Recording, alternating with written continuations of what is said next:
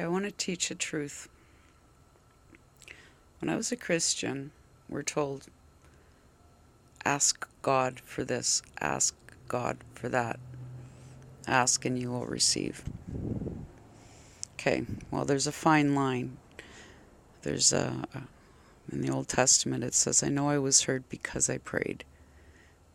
And it's because you've prayed something, but you're not so much telling God what to do as you're suddenly have an idea of what God is doing and you're going, awesome. Okay, this is the lesson. You wonder why things go wrong. You pray and things don't happen. And I'm going to tell you why. Don't tell God what to do. When you tell God what to do, things go wrong for you.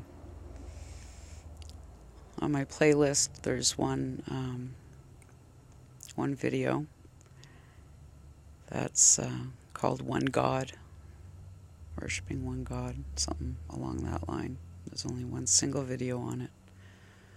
We're told that there's only one God, the Ten Commandments. I am the God alone. Worship no one but me. Jesus isn't God. So that's why your prayers aren't being answered. That's why a lot of trouble's happening to you. But the big one that I've learned is don't tell God what to do. He's closer to you than your jugular vein. He's right there with you at all times. He's right inside of you. You are His creation. There's nothing in you, in your heart, in your secrets that He's not fully aware of. He knows. So if you're sitting there and you're thinking about something that's upsetting you or worrying or troubling, you just rest in the knowledge that He's fully aware. And basically you just entrust that whole thing into His hands without saying, do this, God, do that, God.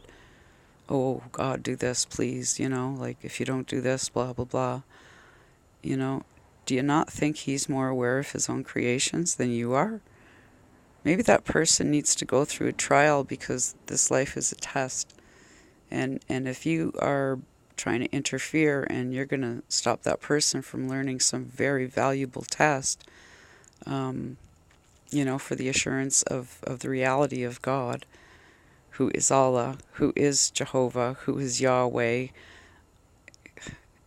like you are so deceived because you're looking at things from a worldly perspective instead of a quantum physics perspective. Like Jesus was a quantum physicist. If you can imagine that mountain falls down, it will fall down. If you imagine this, if you imagine that. But a lot of people lose heart in their faith and everything because they think if they can believe something strong enough, it'll happen. It doesn't work that way.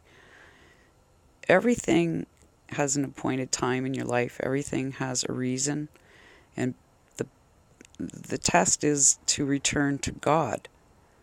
How did you react when evil happened to you?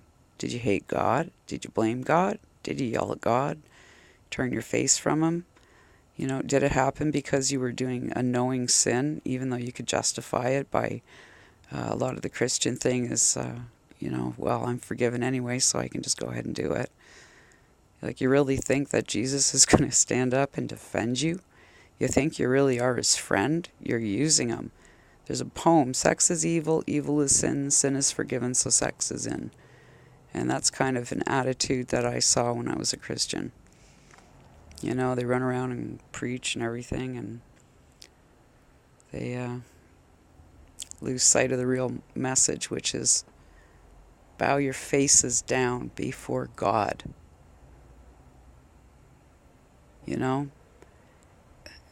The Garden of Eden is a real place, and it's where we're going to go. Those who really believe God, and there's Christians, and there's Jews, and there's Sabaeans.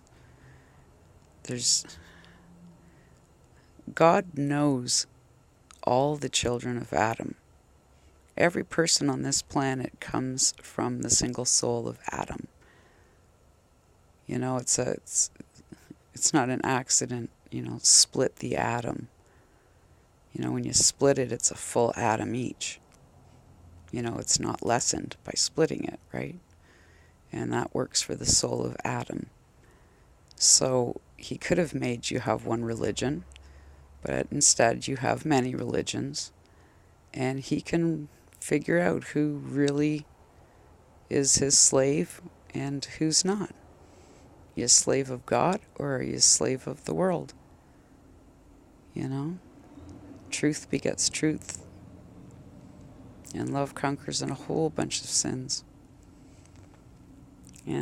Like, I'm a counselor, and I've talked to some people who've done some very terrible things. And to see the look on their face when they understand that what God wants is a repentant heart. He wants somebody who's like bawling their eyes out. They don't have to keep doing it. They just have to do it the once. And recognize that, they've been given plenty of opportunity to sin that same way and have chosen not to. And the world would like them to only think about the time that they sinned and not the fact that they're passing the tests. We're all in this together. Bismillah. Alhamdulillah. Assalamu alaikum. And Abdu Fili.